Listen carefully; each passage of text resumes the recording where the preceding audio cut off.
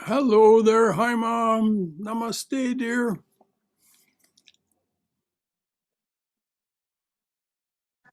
Namaste, Brother Shankara. And Cindy.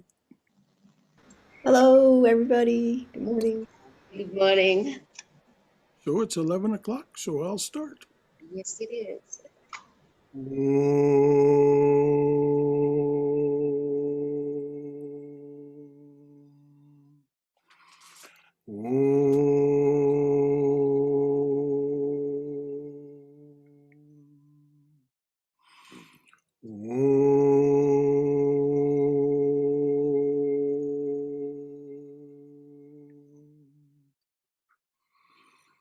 Om Sahana Vavatu Sahano Bhunaktu Sahaviryam Karavavahai Tejasvina Vaditamastu Ma Vidvishavahai. Om Shanti Shanti Shanti. May the Divine Being look over us lovingly as a mother and father. May the Divine Being support and nourish us as a mother and father. May we have the strength and skill to study together the art of spirituality. May no misunderstandings arise amongst us. Om, peace, peace. Peace be unto us and to all beloved beings everywhere. Om Hari Om Tat Sat. So, good morning. There are a few of us this morning. Isn't that interesting? I wonder if it has to do with the holidays and so on. Nevertheless, we shall proceed. And thank you for being here this morning. We're lucky ones, Brother Shankara. Thank you for being here, Brother Shankara. Extra lucky. Well, this is just delightful this morning. Sri Krishna says in the Gita, whatever your action, food, or worship, whatever the gift that you give to another, whatever you vow to the work of the Spirit, O son of Kunti, which means son of woman, O son of Kunti, lay these also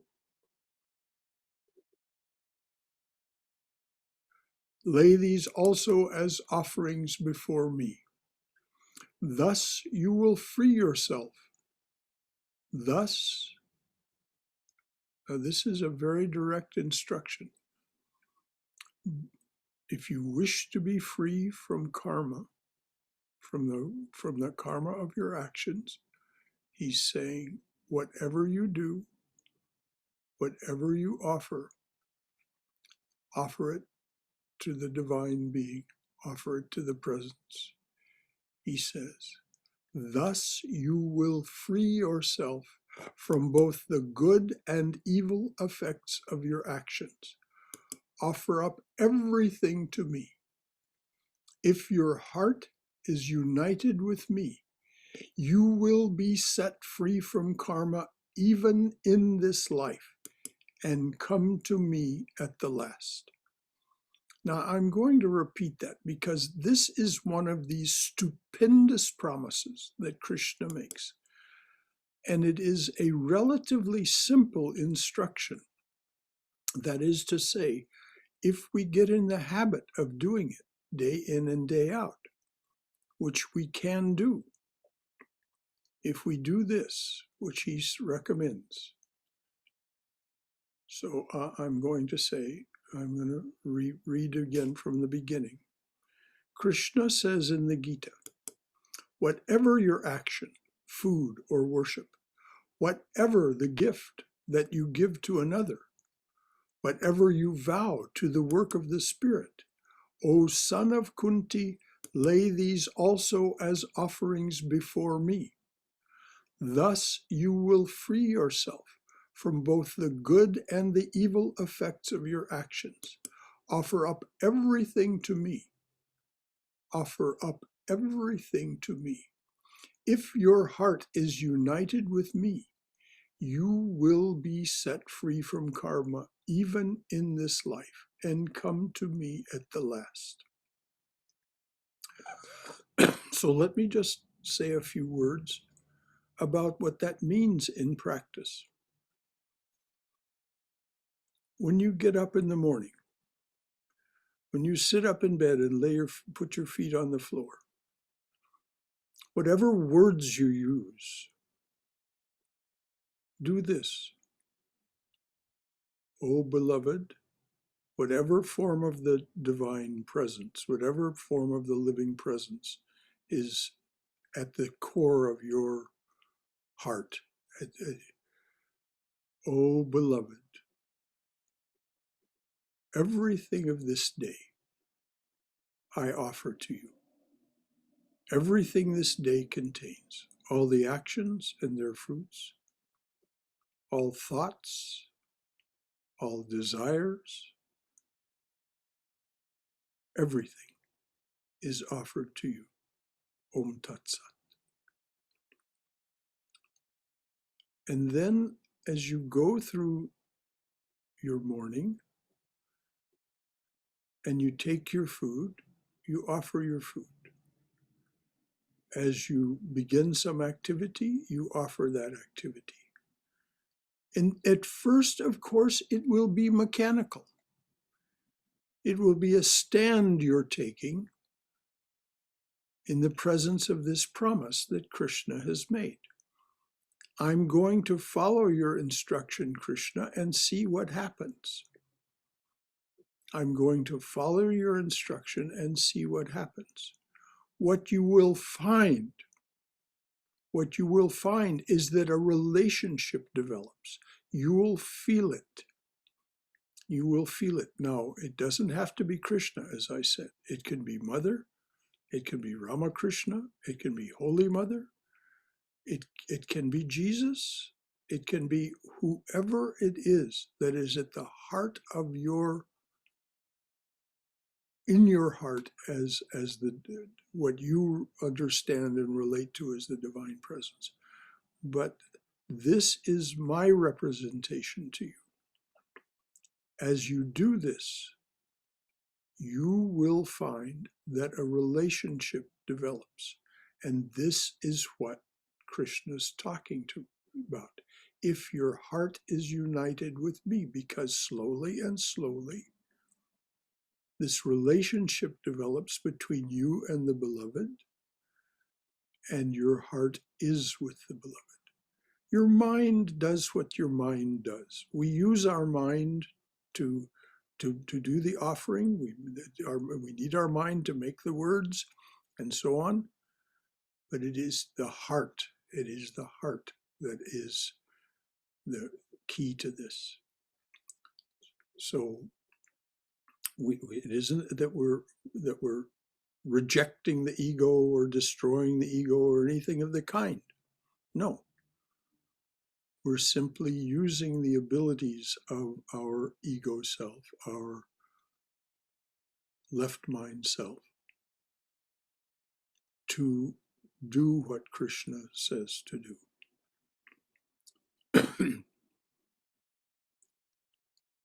And then my representation is, in addition to what Krishna has said, I'll say to you that the experience of many, including myself, is that slowly and slowly a relationship develops. You feel it.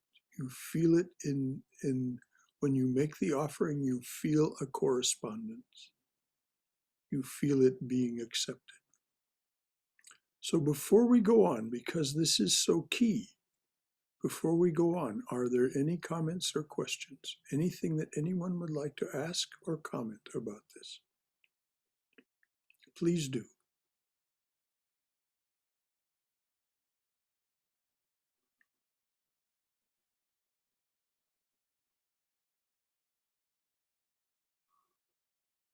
All right. before we go on, I'm just going to say something very sweet. The cookie fairy came this morning, and just before I started this class, I had one of the cookie fairy's ginger cookies, with the first real holiday cookie that I've had. So sweet. Was that Janice, the cookie fairy? No, it was Heidi.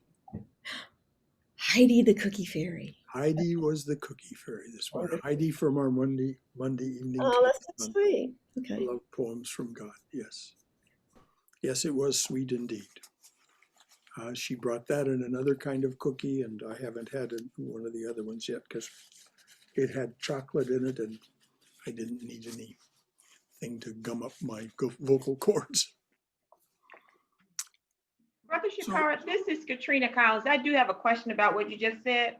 Katrina, please, yes, please. When you say you'll feel the relationship developing, is it clear that you'll know that that relationship is that which is with the divine versus just your own thoughts? You know, how will you know that that's? Can you tell me? Would you just know that you know? Katrina, can you tell the difference now between your thoughts and the feelings of your heart?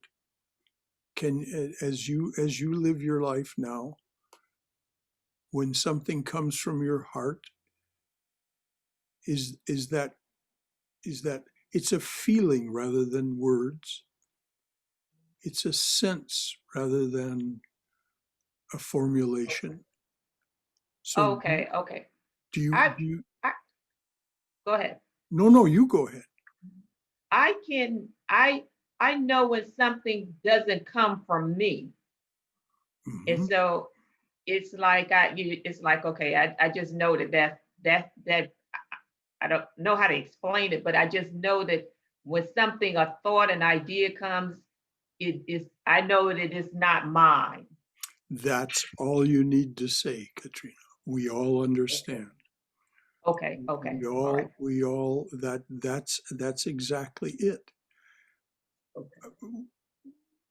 Some people hear words, some people see images, some people, but they, just what you said, they know they're not their own. Okay. They know they are from within. And we speak of that as the heart. But I'm really glad you asked that question, because that is, but as you persist in doing this, and this is what we'll talk about tomorrow, earnestness and persistence. As you persist, there's no doubt in your mind. There's no doubt in your mind that there's no doubt in your heart,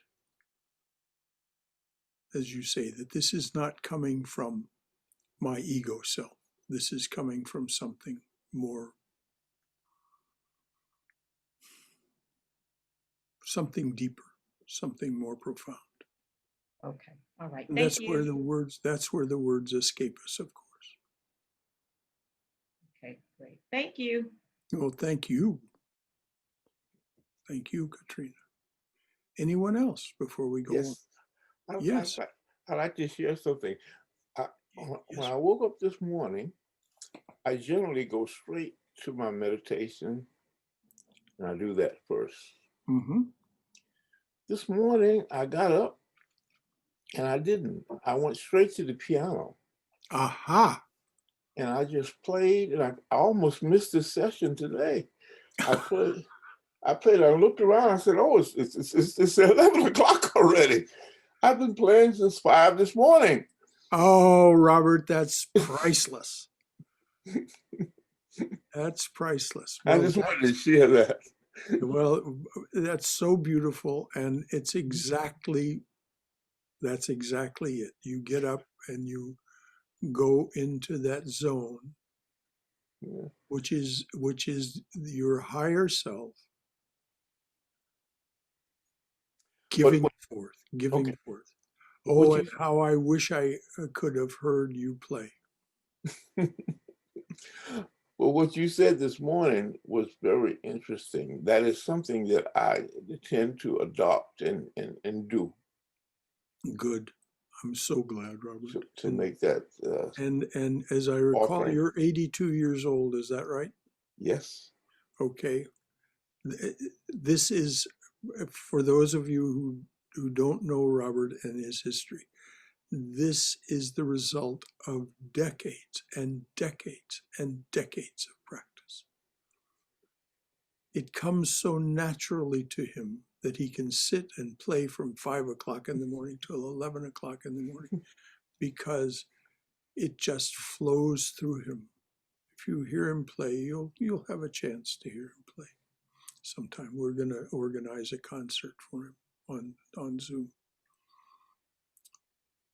It's a result of decades of practice.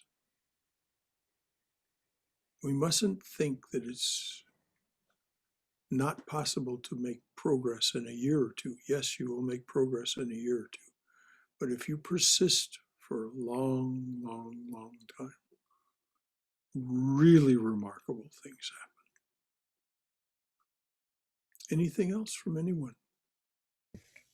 I was just going to say, I can't wait to hear Robert play. Well, I'll be talking with him. It'll be before the end of the year, Mother willing. Thank you, Swayam. Yes, we can all look forward to it with grace. Anything else? All right.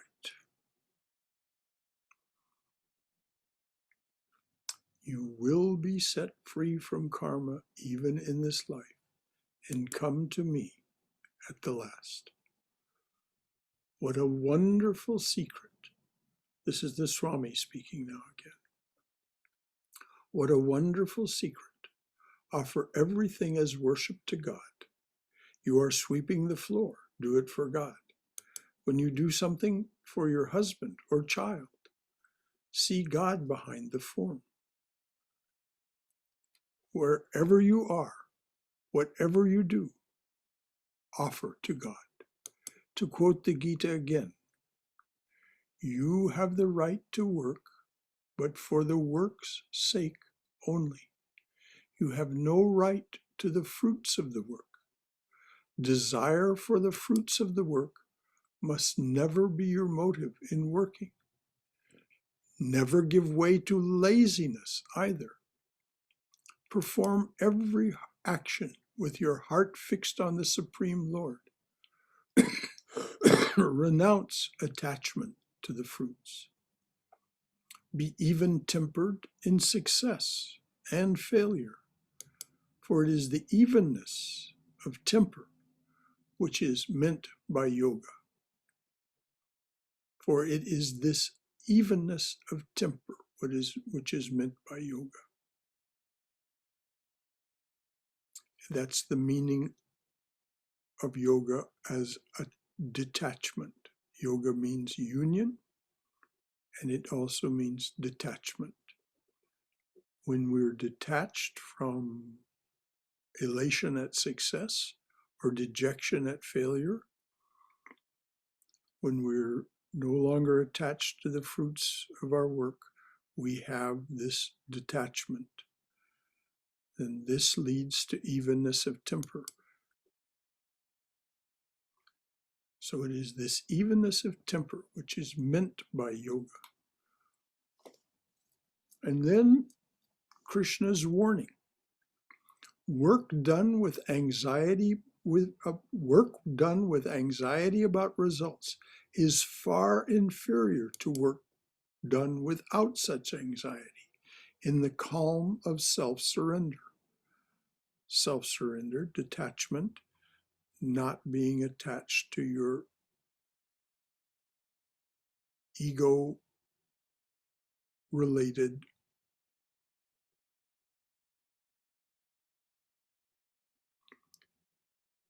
engagement with the work.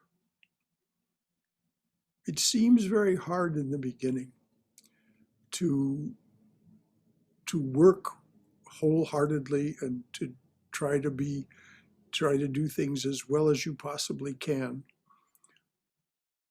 without desiring the fruits of that. The applause that will come if you are a performer, the monetary rewards if you're working. Of course, those things come, but they wash over you and you say, yes, that happened. But the satisfaction was in the work. And then, again, instruction. Seek refuge in the knowledge of Brahman. Now, the knowledge of Brahman is not something that comes immediately, not to most of us. On December 27th, I'll talk about the state of Kripa Siddha, those people who do experience the knowledge of Brahman or higher knowledge virtually instantly, as Sri Ramakrishna says. But it's very rare. But for most of us, seeking refuge in the knowledge of Brahman, we take refuge in the journey, in the search, because things get better and better. They who work selfishly for results are miserable. In the calm of self-surrender, you can free yourself from the bondage of virtue and vice during this very life.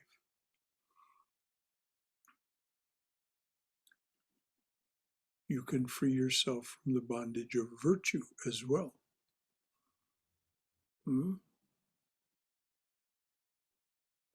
That's mysterious, isn't it?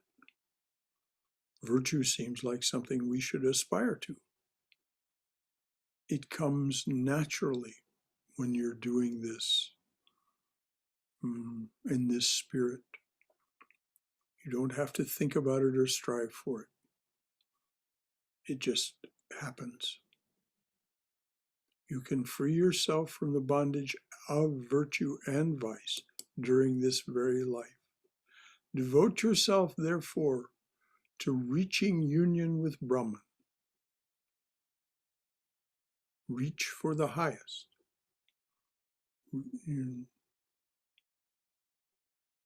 Don't aim for the top of the mountain. Don't aim for the moon. Aim for the stars. To unite the heart with Brahman and then to act. This is the secret of non-attached work.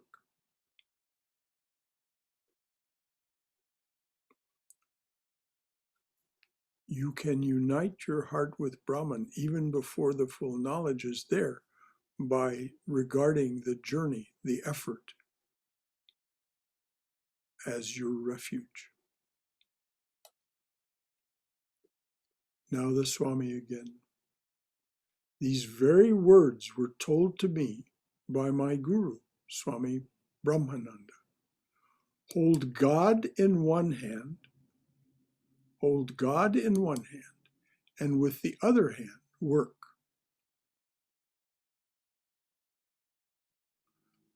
Motiveless action does not mean that you are not seeking anything at all. You are seeking God, the infinite. Here is the beauty of it. Through each work, you get results. But if you do not seek results and you seek God, then you will get the result that is infinite. Performing the same work in the same way, you get a finite. Performing the same work in one way, you get a finite result. In another way, an infinite result. Now, you can't know the meaning of what the Swami just said until you follow Krishna's instructions that we started today's session with. and you begin to have this sense of relationship, because it is with Brahman, Brahman with attributes. That's what the divine presence is. There's Brahman without attributes, which is totally unknown and unknowable to us, because in the presence of that attributeless Brahman, there is no knower. Your knowingness, your knowing ability has been left behind. But what we're talking about, what has been being talked about here is Saguna Brahman, Brahman with attributes. And that's where you get this sense of relationship with the divine with its attributes, one of which is absolutely unconditional love and joy and knowledge. So I'm going to repeat what the Swami just said. Performing the same work, in one way you get a finite result, in the other way an infinite result.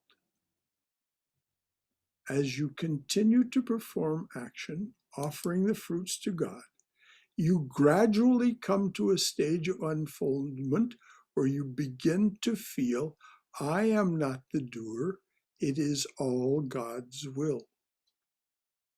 And that's what happens when this relationship feeling matures. Oh, I'm not doing this at all.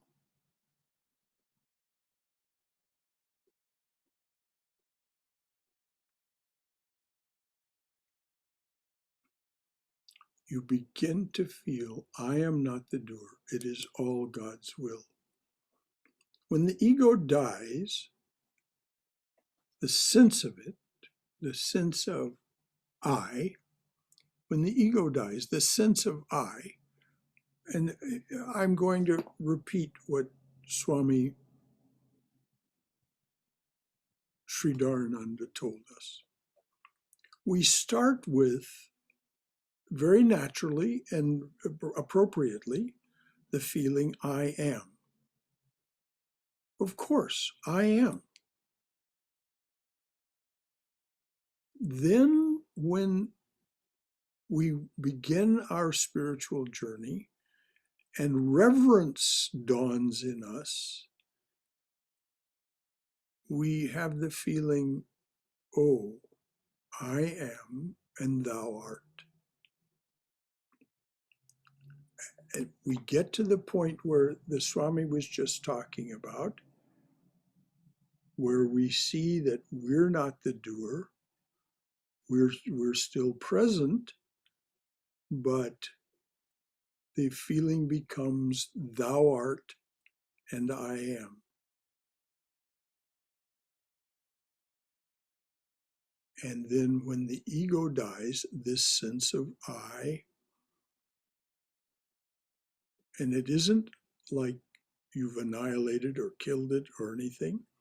It simply has gone to sleep, like a plant gone dormant because it's not being watered, or a plant gone dormant in the winter because there's no longer any motivation to grow. And so you are left with just this feeling of thou art. Now that feeling comes and goes. As Sri Ramakrishna says, you cannot keep your voice always on the highest note. A singer cannot keep, the singer cannot keep their voice always on the highest note. So you'll return, but when you have that feeling of thou art, then you understand these words that the Swami is saying. When you come back to the thou art and I am, which is the way we live the rest of our embodied lives.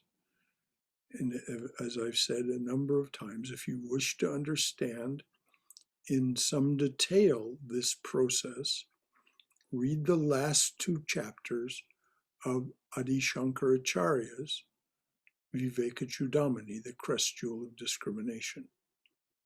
He describes going in and out of this state of thou and thou alone, and returning to thou art and I am. And it's a very beautiful and detailed description, and you can get a good sense of what is meant. So when the ego dies, the Swami again, when the ego dies, the sense of I, that very moment you feel everything is God's will. But this is an unfoldment. So I'm going to read this last again. As you continue to perform action, offering the fruits to God, you gradually come to the stage of unfoldment where you begin to feel, I am not the doer, it is all God's will. Thou art and I am. When the ego dies, this sense of I, that very moment you feel everything is God's will. And that's when you're in that state of thou art, thou and thou alone. And the Swami's last sentence of this talk is, but that is an unfoldment. So now we've had a very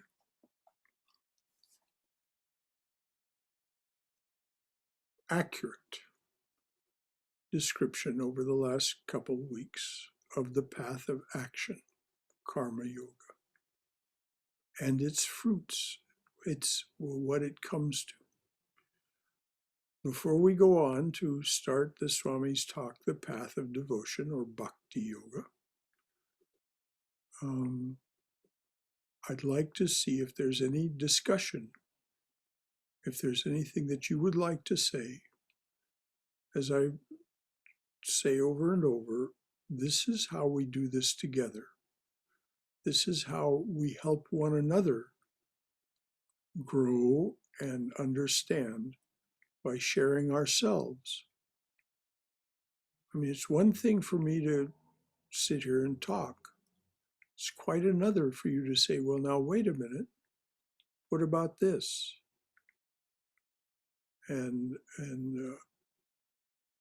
so then it begins, because to go on without having understood what we've just read, it shortchanges you. So anything at all from anyone?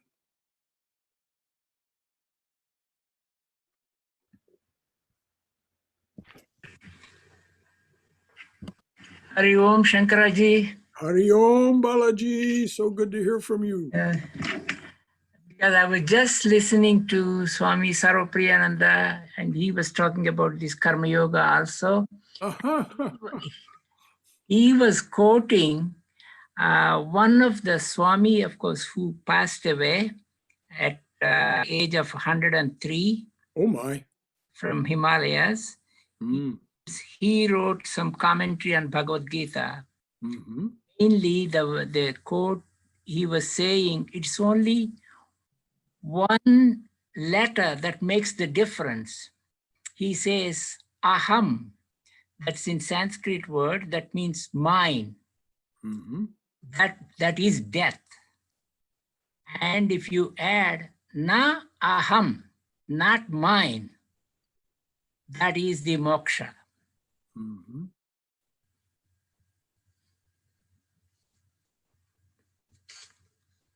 So would you repeat that, please, Balakrishna, so we get it? So what he was saying is, just one letter makes the difference, in the sense, when you say aham, which is the Sanskrit for, word for mine. Or for I am, or mine, yes. Mine. But if you add na aham means not mine.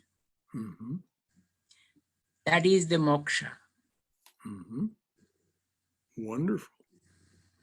aham also means I, Yes. as in ahamkara, the I maker. And this is where Swami Sridharananda was coming from. We start by saying aham, then we say I am and thou art, which is recognizing the divine.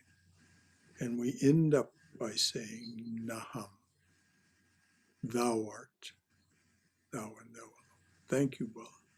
And I'm not Also there surprised. is one lady I was just mentioning. It seems she went to Australia and she saw Swami Sridharananda. Ah, At 95, she was saying how wonderful he is and all, all he's 95 now. yes, that's Oh what my goodness. that's I what had she no said. idea he was that old. Yeah. Oh, me. I guess he was in his 80s when I came here then. Wow. So who was this that went? As a lady of your acquaintance, Bala? No. This is from the New York Center. Ah, Because very good. when Swami was reading about Bhagavad Gita, Uh-huh. so this lady said, "Oh, I just went to Adelaide and I saw Swami." That's what she. Very good, very good. Well, I'm glad he's well. Yes. Thank you for that, Bala, all of it. Thank you. Anything else from anyone?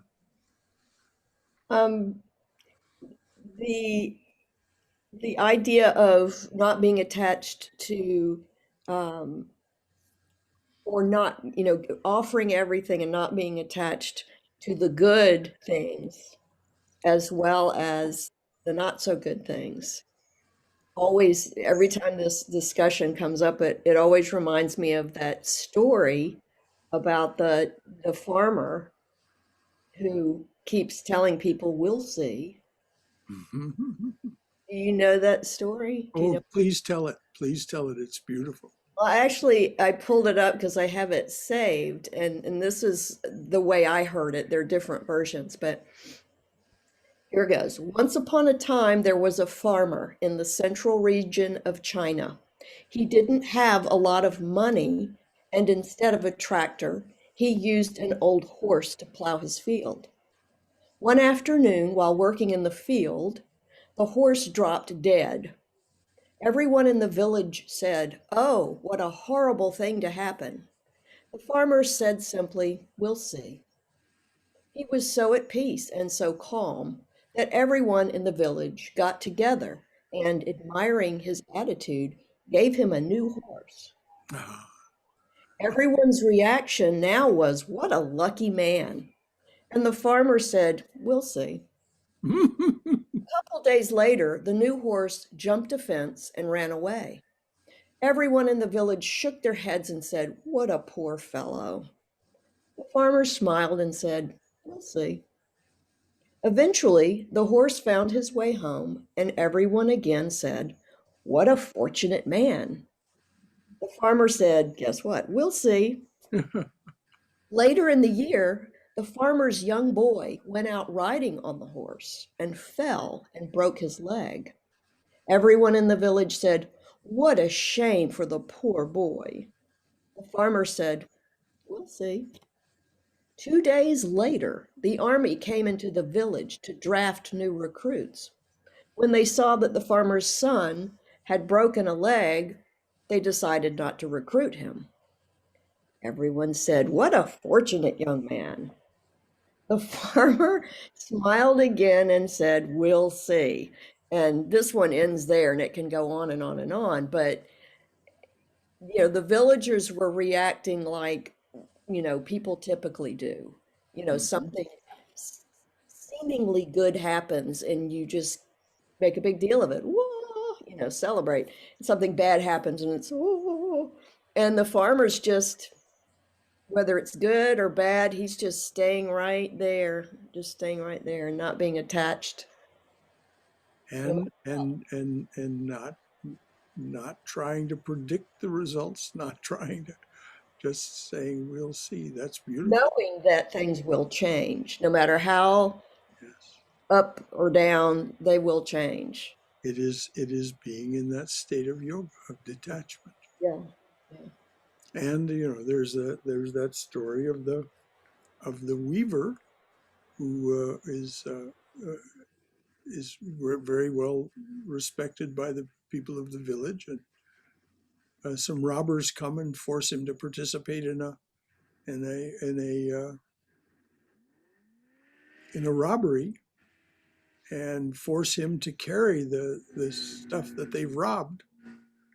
And when the police are alerted, the robbers all run away, but the man just continues walking toward home. And of course, the police come and arrest him.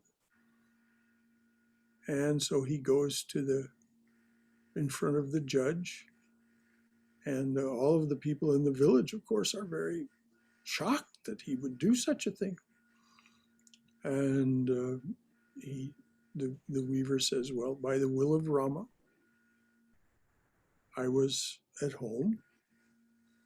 By the will of Rama, the robbers came and forced me to go with them. By the will of Rama, they made me carry what they robbed. By the will of Rama, when the police came, they ran away. By the will of Rama, the police arrested me. By the will of Rama, I have appeared here in the courtroom. And so the judge asked the villagers, does this all sound credible to you? And they all said, yes, this is the way he always talks. And so then the judge said, well, then I'm setting you free. And the weaver said, by the will of Rama, I am set free. And this is being in that state where it's all seen as the will of God.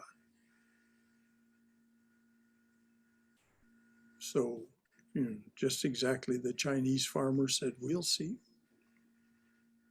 Knowing, as you said, that what is going to happen will happen. He can't make it happen or stop it from happening.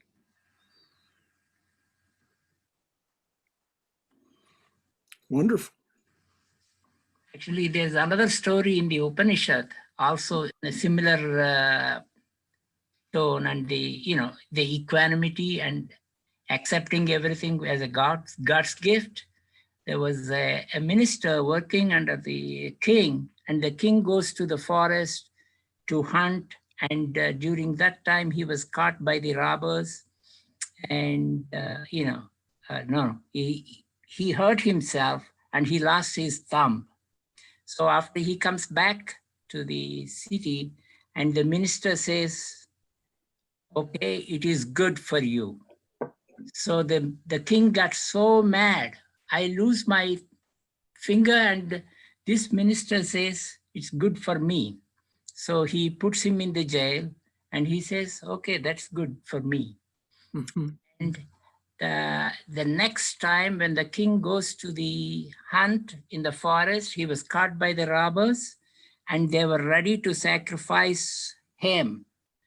But when they saw that because the sacrificial thing has to be without any kind of impurities or any kind of deficiencies. Any blemish, and it must be blemishless, yes. Yes, and when they saw that he doesn't have the thumb, they let him go.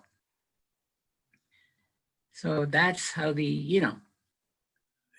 I'm sure he Yes. returned to his Yes, city and released the minister.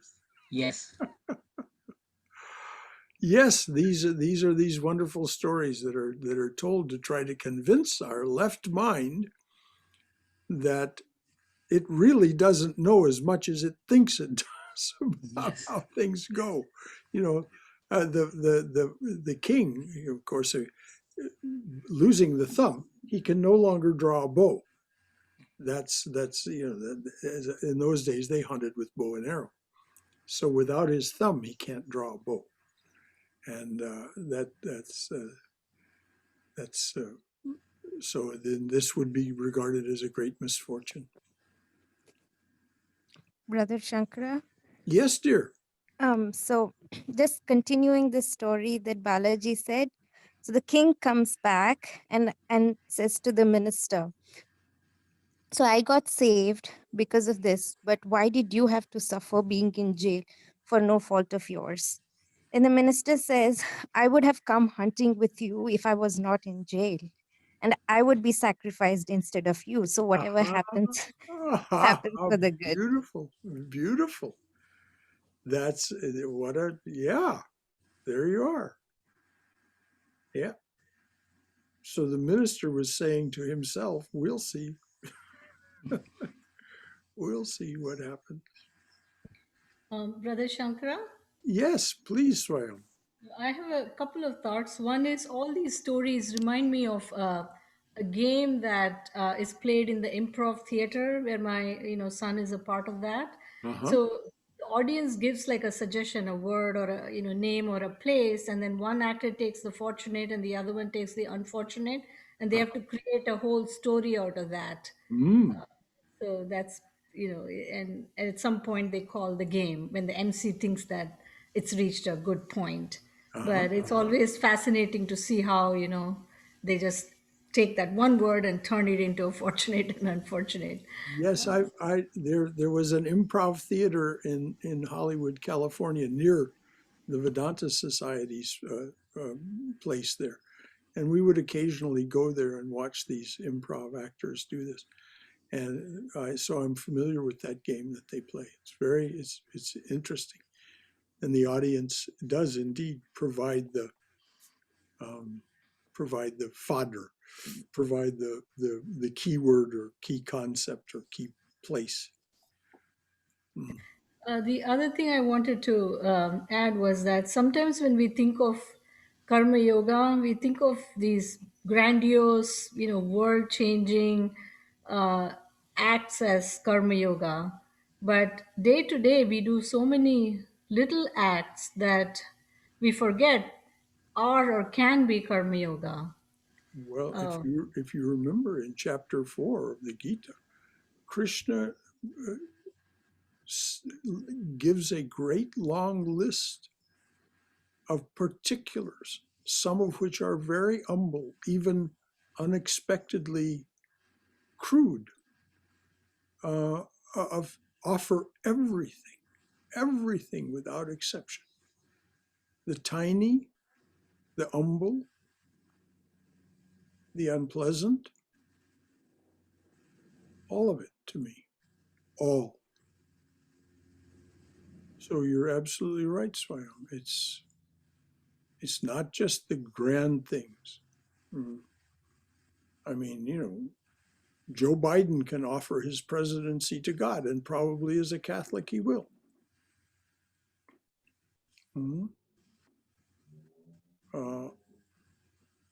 And that's a great grand thing to do. But on the other hand, his wife will probably offer their new cat to God, because they're going to get a cat as well as the 2 dogs that they have for the White House. And she'll probably, bring that to St. Francis's feast for the blessing. Brother Shankara, I have a question. Yes, sir. I've been studying the Upanishads now for like a couple of months, and I'm right now in the Gita, and it's talking about Nirguna Brahman and Saguna Brahman with attributes and without attributes. And it seems to be implying that both are equal, but it seems to imply that Nirguna Brahman is like a higher goal to reach or a higher level. I'd like if you could kind of speak on the differences, because it seems that the Nirguna without attributes is usually never, rarely spoken of. It's kind of, you say yes, and it's kind of put to the side, and then we deal. Because I guess most people would and do relate to Brahman with attributes, and then I've seen the parallel with the self. Seems to duplicate that.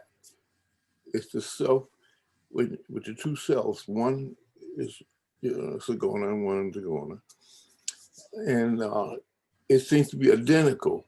I guess that's the second part of what I want you to speak on. Well, let's just start with higher and lower. If you read the last chapter of Swami Vivekananda's Raja Yoga, he talks about the steps to full independence, in Sanskrit, kaivalya.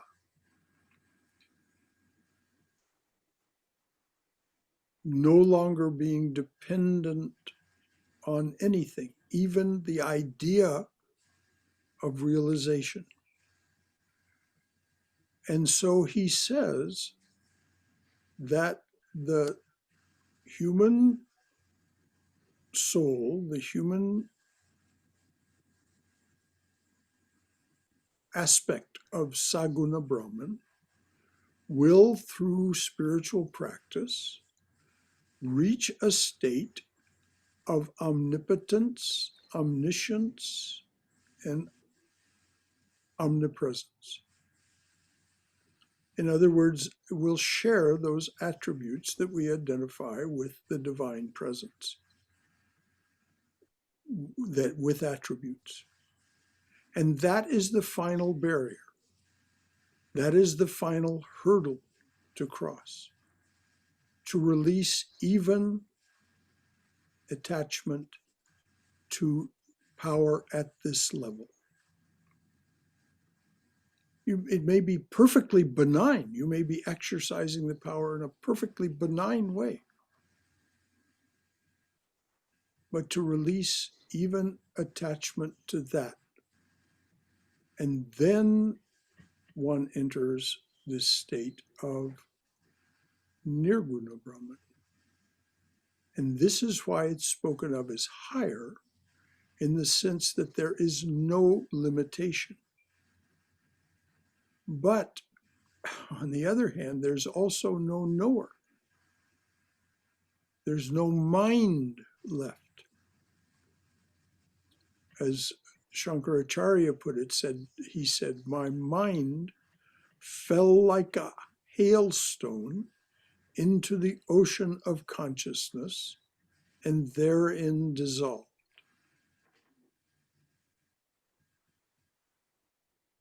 And so that's why Nirguna Brahman, Brahman without attributes, is thought of as higher, because the highest state is that without limitation. They are identical because one is simply, Sri Ramakrishna used the analogy of water. Water still, Nirguna Brahman, and water in waves, Saguna Brahman, the same water. The same, he uses the word substance. Now, of course, all of these are words just pointing at something, not the thing itself. The thing itself is for us to be experienced. And Swami Prabhavananda used to say, when people would come to him and want to talk about Nirvikalpa Samadhi, the state of realization of Nirguna Brahman, he would say, first do what is necessary to achieve savikalpa samadhi,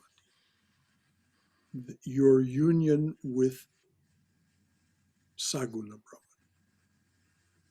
Savikalpa samadhi is your union with, but there is in that union, just because the ego, the knower, is still there, there is this tiny sense of separation. I use the analogy of a pie. You have a pie, you cut a slice very carefully and from the pie. It's still part of the pie until you take it out. But there's just that tiny little separation where you've cut. Well, that's how it feels in Savikalpa Samadhi.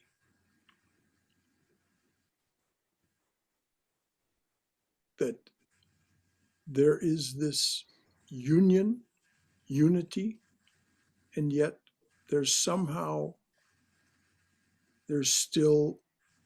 thou art and I am. That state of nirvikalpa is that state, although when you're in that state, there's no saying or thinking of it, because there's no sayer or thinker of thou and thou alone. Does that clarify it, Robert? Yes, yes. Thank you.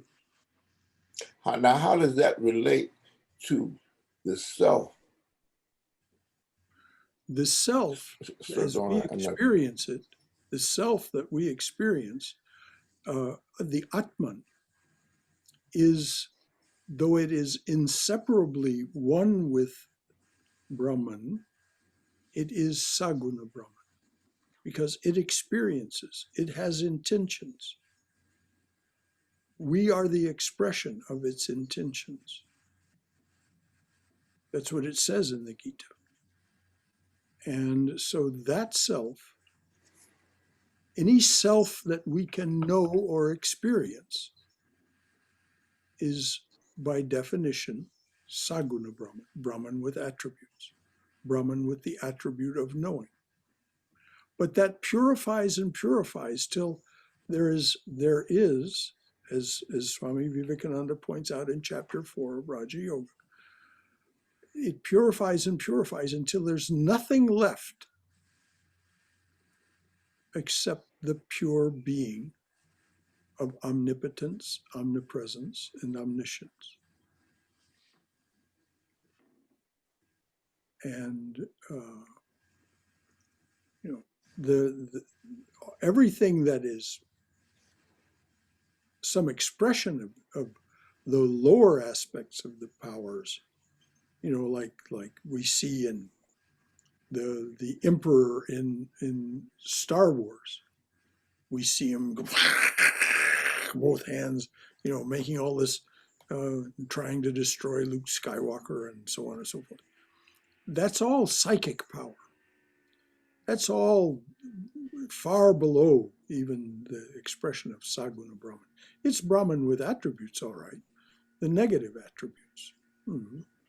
As it says in the Chandi, the divine presence is both the great divine being and also the great divine demon. The great Devi as also the great Asuri. So the demonic is also a potential of the self.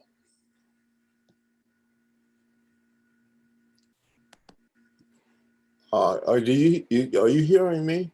Yes, I am, absolutely. Because I'm not seeing you now. But well, I wanted to. I'm here. Okay, but it also speaks of the self that is the observer, the witness. That's the Atman. That is the Atman. That is the face of the Atman.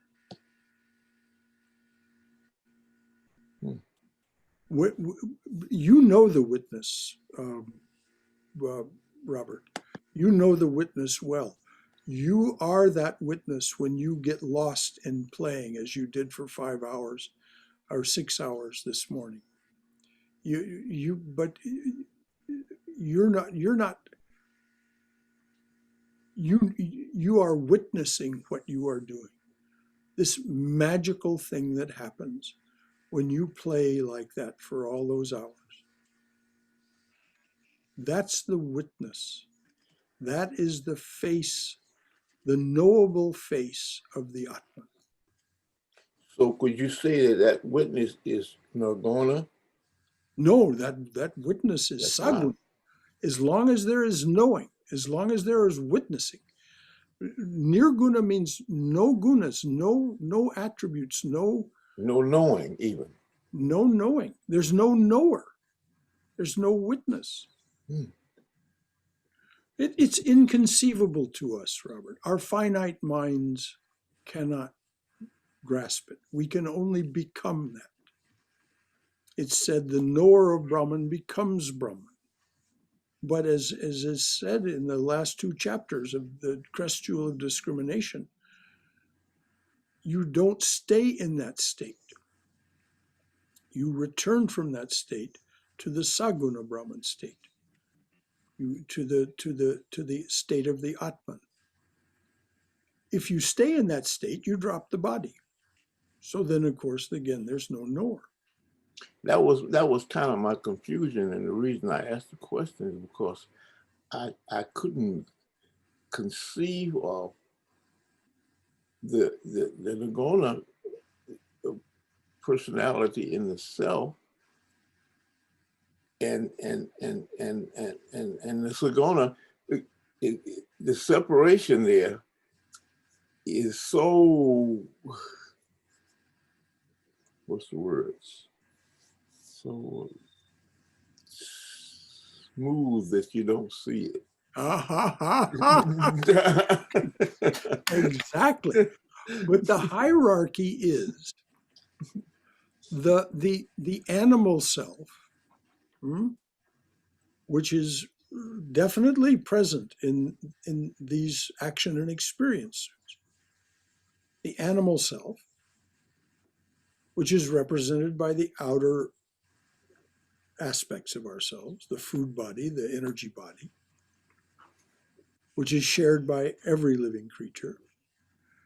And then there is the higher self, the life of the mind and of the finer things of life. This is why Vivekananda said, music is the highest form of art. And for those who understand it, the highest form of worship, because it transcends, it slides through that smooth transition that you just talked about. Yeah. All of the arts and science at its finest is all this higher expression of the mind and the intellect. So then you've gone into the next 2 sheaths inside us, the higher aspects, the mind sheath, the intellect sheath. Those are a higher expression of the lower self.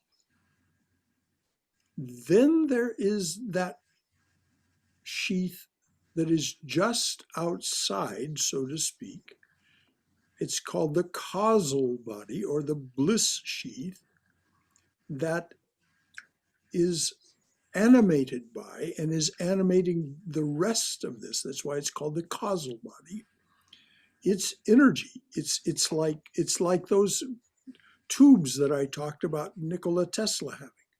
He held up some tubes before these electrical engineers in 1891, and the tubes glowed, though there was no connection to them at all. Their jaws absolutely dropped. Well, it's because they were in the presence of electricity, direct current, that was flowing between 2 plates. And Tesla was standing between the 2 plates. We're standing, so to speak, as our awareness just outside that electric field of the Atman, that which is the inseparable from Brahman. But it's not a physical thing at all, any more than our mind and our intellect are physical, except at the quantum level. So then we have this. These are our lower self. Then there's that higher self that we come to know through spiritual practice. And that's what I said. If you do what the Swami said and what Krishna said in the Gita, you offer everything to that divine presence. First as a mechanical thing, if you will, a stand you're taking for the truth that has been given you. Then this feeling of relationship begins. And it's because you've transcended, you've gone beyond, by your continued practice, it being mechanical. You're beginning to feel that living presence. Then, as Krishna points out right at the end of this, you will know everything as God and God's will at the end of that. And that will be the highest expression of your capabilities as a physical being, because there's still knowing. You will know everything as God's will. That's still Saguna Brahman.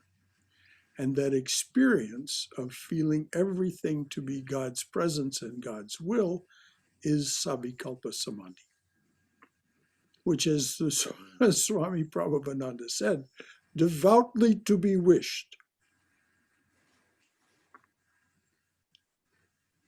On December 27th, there'll be a talk on the transformation of Scrooge, this character from Dickens's Christmas Carol, and how intensity produces this transformation. And so the more intensely we practice, the closer we come to this Savikalpa Samadhi. And as Patanjali says in the Yoga Sutra, it's not something that we will to happen. It's something that happens to us. Our practices of the first 6 steps, as defined by Patanjali or by Krishna or whatever path you're following, you come to a point where it's no longer self-effort, but as Patanjali says, something happens to you. You slip into meditation and into Savikalpa Samadhi. Something happens to you.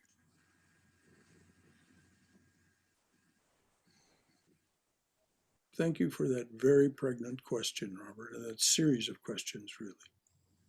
Thank you. Thank you. Anything else from anyone? Shankaraji, Yes, Bala.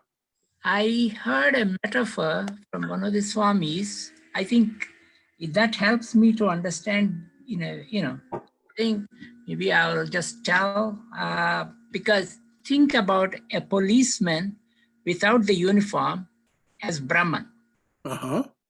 And see, as a policeman without that uniform, he doesn't have any powers, even though he knows that he's a policeman, he has all the powers. But the minute he puts that uniform, which is nothing but the powers of Brahman, is that the uniform. Yes. It's all the powers. Mm-hmm. And this is the Saguna Brahman with all the powers. But that policeman is controlling the uniform, which is nothing but the Maya. Mm-hmm. Whereas we are under the influence of that Maya.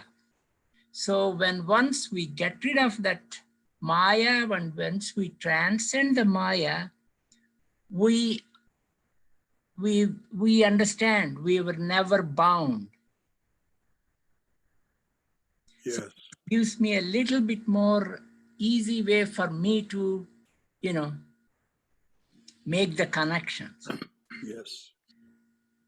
Well, that's a wonderful image, a wonderful metaphor of the policeman, the policeman without his uniform.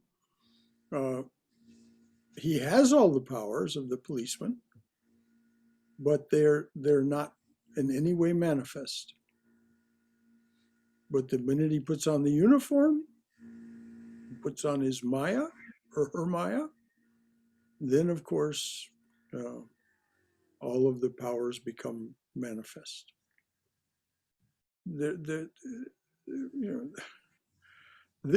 Always the words fail to get to the heart of the matter.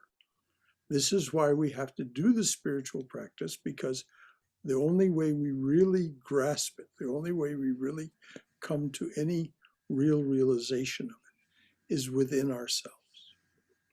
And this is why the great teachers always say, start with that. Don't, get yourself to a position where you're a healthy, capable personality. Otherwise, you'll never be able to make spiritual progress if you're always in want and always feeling as if the world is mastering you rather than you mastering it. So you have to become capable of supporting yourself and dealing with the world in a masterful way, the game of life. Then you can begin to practice spiritually. And you may be doing it all the other time, but it won't be very intense. It can't be, because you're just so distracted. And so this is why the four houses of life in the traditional Vedic view. That first house of life, you learn to sustain yourself. Second stage of life, you learn to master life. You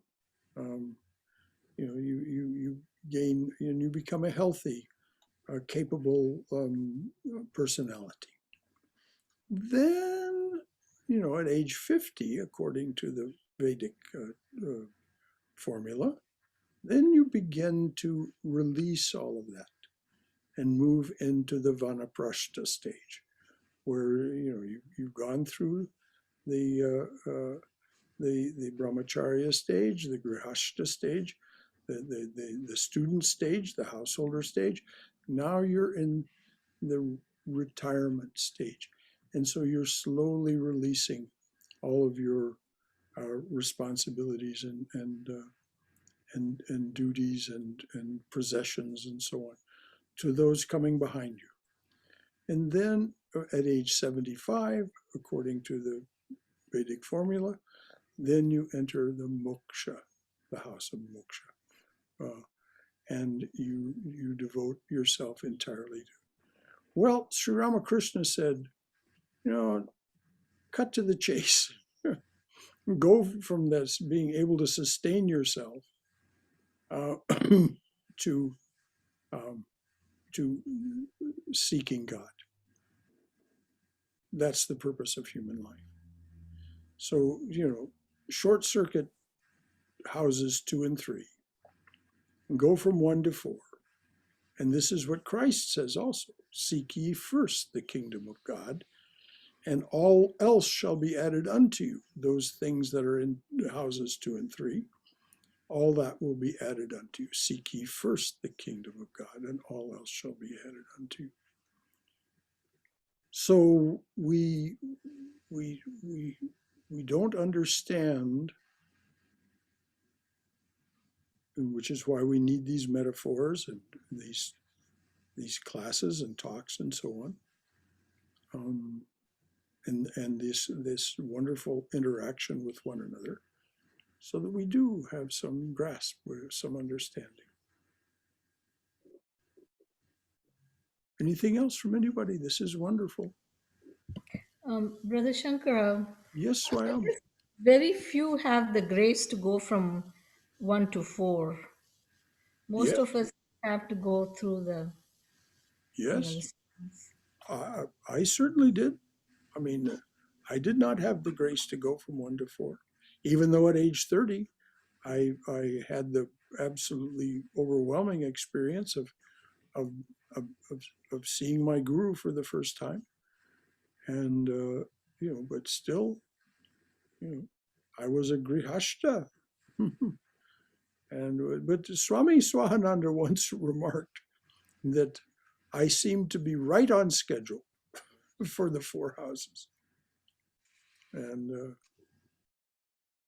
so it was a sweet things for him to say. So yeah, here I am in my 79th year, pretty much devoting myself only to this.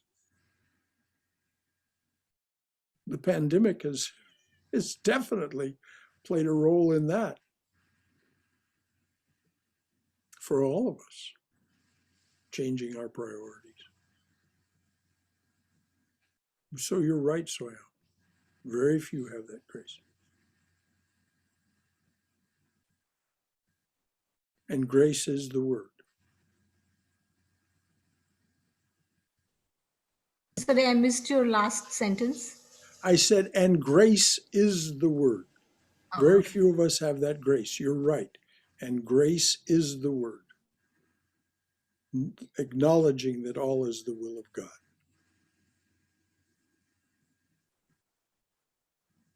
But, we mustn't complain. We are that God willing it. That's, as Swami Prabhavananda said when he ended the class on the Yoga Vasishta. Not the Yoga Vasishta, what was it? Anyway, the summum bonum of Advaita, whatever that scripture is. When he ended that class, he said, well, we've heard all this, and yet we're behaving the same way that we did before, aren't we? And he included himself in that. He raised his own hand. He said, and why? Why is that? He said, we have to admit it's because we like it. Who likes it? That which was being pointed to in all that he had been teaching about in that class. The Atman does have its own intentions. And again, if you want to read about this in some poetic detail, read the last 4 pages of chapter 4 of Swami Vivekananda's Raja Yoga.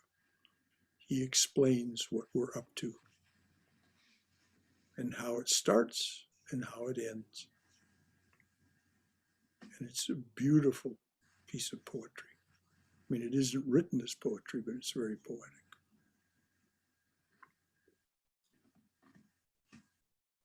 Anything else, dears?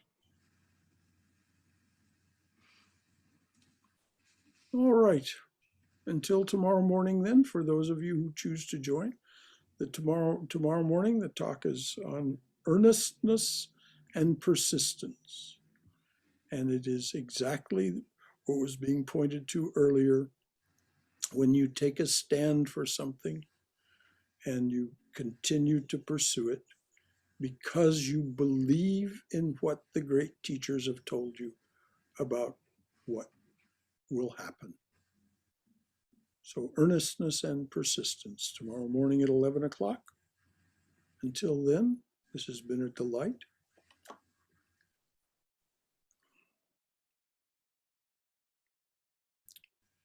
Oma Satoma Satkamaya. Tamasoma Jyotirgamaya.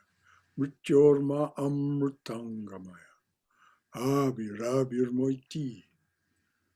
O dearly beloved, lead us from thy lesser truth to thy highest truth. Lead us from darkness and ignorance to the brilliance of thy wisdom and love. Lead us from death to immortality. Light us through and through, light us through and through with thy everlasting shining presence. Jai Shri Guru Maharaj Ki Jai. Durga, Durga, Durga. May you go in Mother's loving and protective embrace. May you be safe. May you be healthy. May you be cheerful. And may you have peace of mind. Until tomorrow morning. Goodbye, everyone. Thank Bye-bye. you. Thank you. Inspiring stories Bye. and discussion. Thank you. Bye-bye, dears.